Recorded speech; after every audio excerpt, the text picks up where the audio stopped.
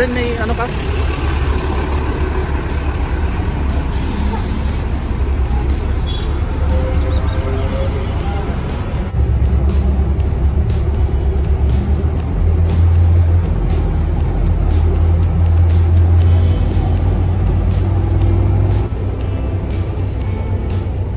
Okay guys, day off namin ngayon, pamilya. Day off ko at saka ni Mrs. Maggagala-gala kami ngayon kasi pag day off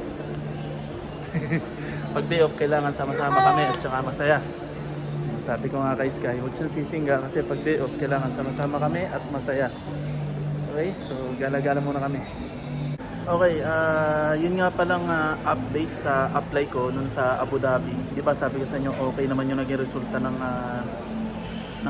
interview. So nakapasa ako doon at sinenda nila ako ng offer letter. Pero yung offer letter na yun medyo nabababaan ako. Kaya sabi ko sa kanila, yung current employer ko, kapag nag-renew ako ng kontrata, tatapatan yung offer nilang sahod. Kaya ang ginawa nitong bago kong in-applyan, tinaasan din nila yung offer sa akin. Kaya yun, kaya nagdesisyon kami mag-asawa na ito na lang yung piliin, yung bago. Kasi mas mura yung cost of living sa Abu Dhabi. Tapos, kanina lang, tumawag sa akin yung HR naman, itong current employee, itong kasalukuyan kong company. Tapos kino-convince niya ako na mag-renew at tatapatan din yung sahod na ibinibigay sa akin ng bagong company. Kaya medyo nalilito ngayon ako kung anong pipiliin. Pero tingnan natin kung tataasan nila yung sahod ko na mas mataas doon sa bagong company na offer. So ayun, nagpapataasan sila ng sahod ngayon.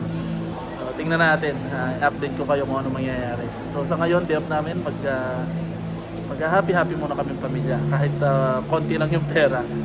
Kasi yun, kailangan lagi tayong masaya. Ito lang yung opportunity na magkasama-sama kami, day off. At in the future, pag malaki na si Sky, hihiwalay na siya sa amin. Hindi na namin siya makakasama lagi. Kaya dapat lagi kami magkasama-sama. Laging parang huling araw na namin magkasama para lagi masaya. Okay, stop over muna kami dito sa food court kasi gutom na raw si Sky. Kain daw siya. So, kain muna kami dito. Pero kami busog pa mag-asawa. Papa, may na-accident. Mag-halo-halo muna kami. Ha? May na-accident ito. Sige. Ha? Sige. Okay, so kain muna kami. Si Sky lang pala kami halo-halo.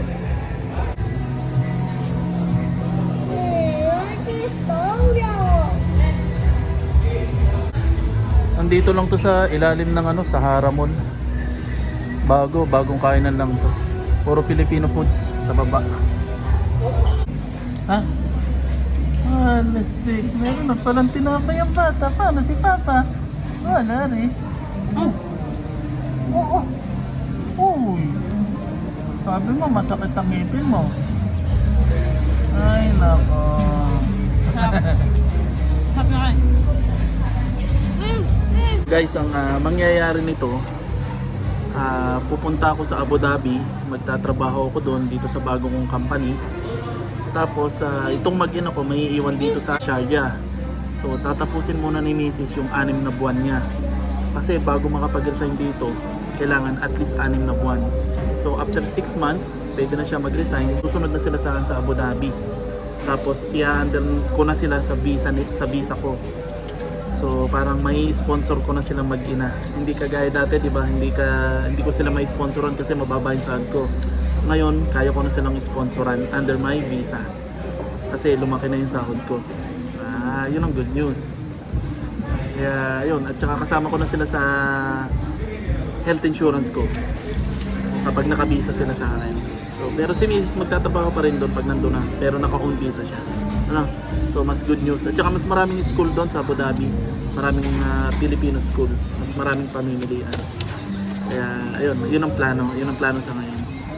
Kapatid mo, may sandok pa ako. Ayan, ito na yung order namin, halo-halo. Isa kami ni Mrs. Ito yung proven. Tapos kay Mang inasal mamaya. Hindi pa dumadating. Ito naman yung inasal ni Sky. Yeta. Magkamay ka na lang, Sky. Huwag ka na mag-ano. Iinit pa kayo. Lagyan mo na ano.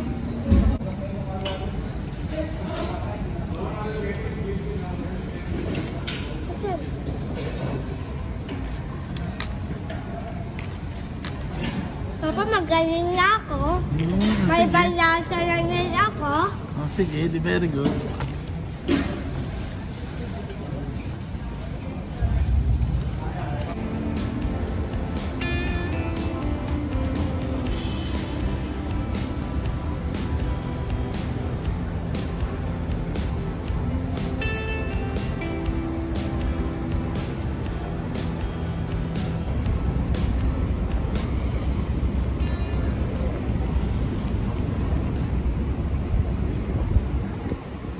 Okay, nandito na kami sa boundary ng Sharjah at saka Dubai. Aha.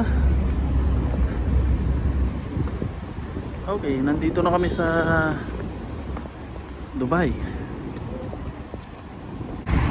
Okay, nakaliban na tayo. So, yun ang Sharjah. Pinanggalingan natin sa Haramol.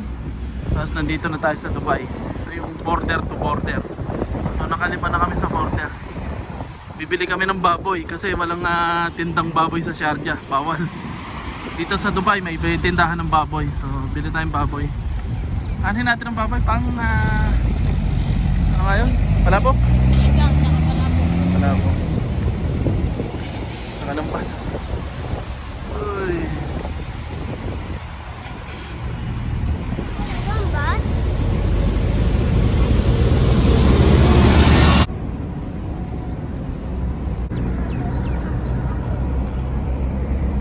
Diba?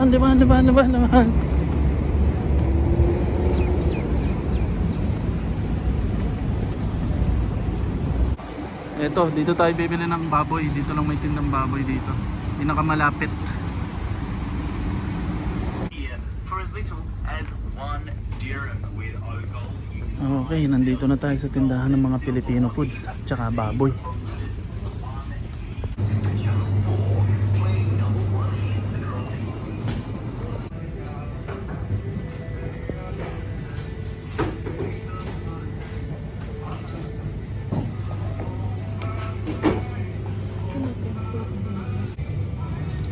Ito, pang adobong sitaw.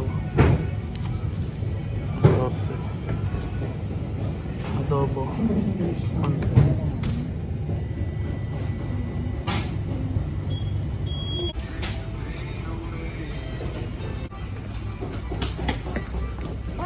Meron ding rin, no?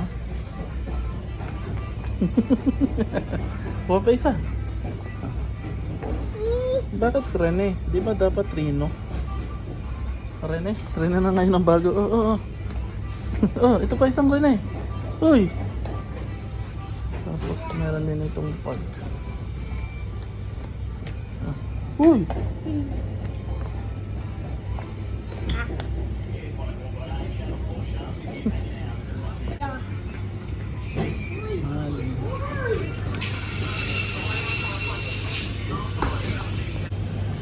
Meron din ditong sisig na, oh. Gumawa ng sisig. Tsaka mga fresh na pork. Wow.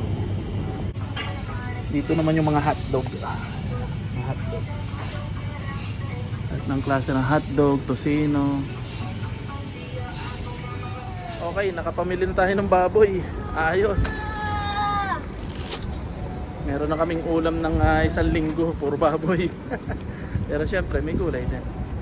So, pauwi na kami ng bahay. Idadrop off lang namin itong pinamili namin baboy. Tapos, punta daw kami dun sa may Lopo at maglalaro sa Iskan. Ayun, ito lang naman yung border ng Sharjah. Sharjah at saka Dubai. So, lalakarin lang namin.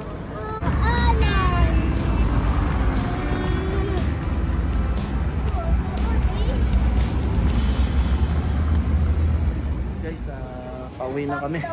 Tapos na yung aming day off. Kumain muna kami dito sa restaurant, nakatagong restaurant. Ngayon lang namin na-discover. Masarap pala siya, napakasarap ng pagkain na in-order namin. Palabok at saka lugaw, arroz caldo. Tapos kay Iskay inasal, ayaw naman pala niya inasal, kaya nagsalo sila sa arroz caldo. Pero okay, the best. Ngayon lang namin na-discover yung restaurant na yun. So So kakain ulit kami doon for sure. So paano, uwi muna kami. Bumibili lang kami ng luya.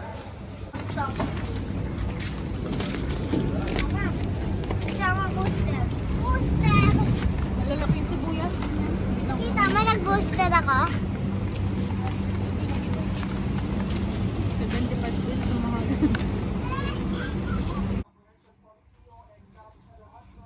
Okay, nandito na kami sa bahay. Nakapagpalit na rin kami ni Sky. So, ayun, ang ginawa namin ngayong araw na to. So, ganito kami, kada day off, nagsasama-sama kaming pamilya para maging masaya. Para maging masaya. Kaya, yun, kaya pag minsan, pag sumisingga si Sky, sabi ko nga, huwag siyang maging suminga at pag day off, kailangan sama-sama kami pamilya. At dadating yung araw na si Sky pag lumaki, iiwan na kaming mag-asawa. Hindi na namin siya makakasama. Kaya gusto ko lagi pag day off, magkakasama kami at magsasaya, walang sisinga. Kailangan masaya lagi kaming pamilya. So, ang good news, yun nga, malapit na akong umalis dito sa Sharjah o sa Dubai.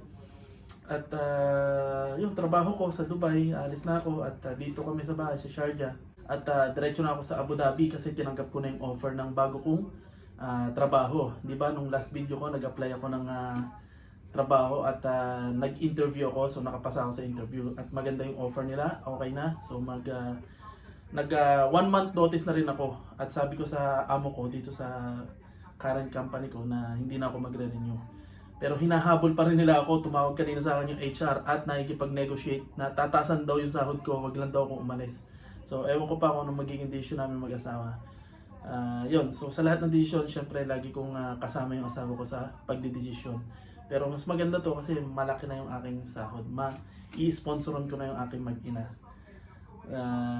Iintay lang ng asawa ko yung 6 na buwan kasi at least 6 months. Kailangan maka 6 months ka ngayon para pwede ka na mag-resign. So may iwan sila ni Sky dito o si Sky sa akin, gawa ng pag-aaral niya. Tapos susunod naman, magsasama-sama naman ulit kami doon sa Abu Dhabi pagkatapos ng asawa ko. At sa August ba? Oo, Sa August. August pa. Okay, so good news. May trabaho na akong bago at panibagong visa na naman para kay Sky. Pero this time, i-sponsor ko na sila sa visa ko kasi medyo mataas na yung sahod ko. Mas mataas na dun sa requirements, hindi kagaya ng dati na nag-combine pa kami mag-asawa at pumunta pa sa humanitarian. So ngayon okay na. At meron na rin silang health insurance na kasama sa akin. Okay? So, yun. So, maraming salamat at see you na lang susunod na video. Sky, bye-bye na. Bye!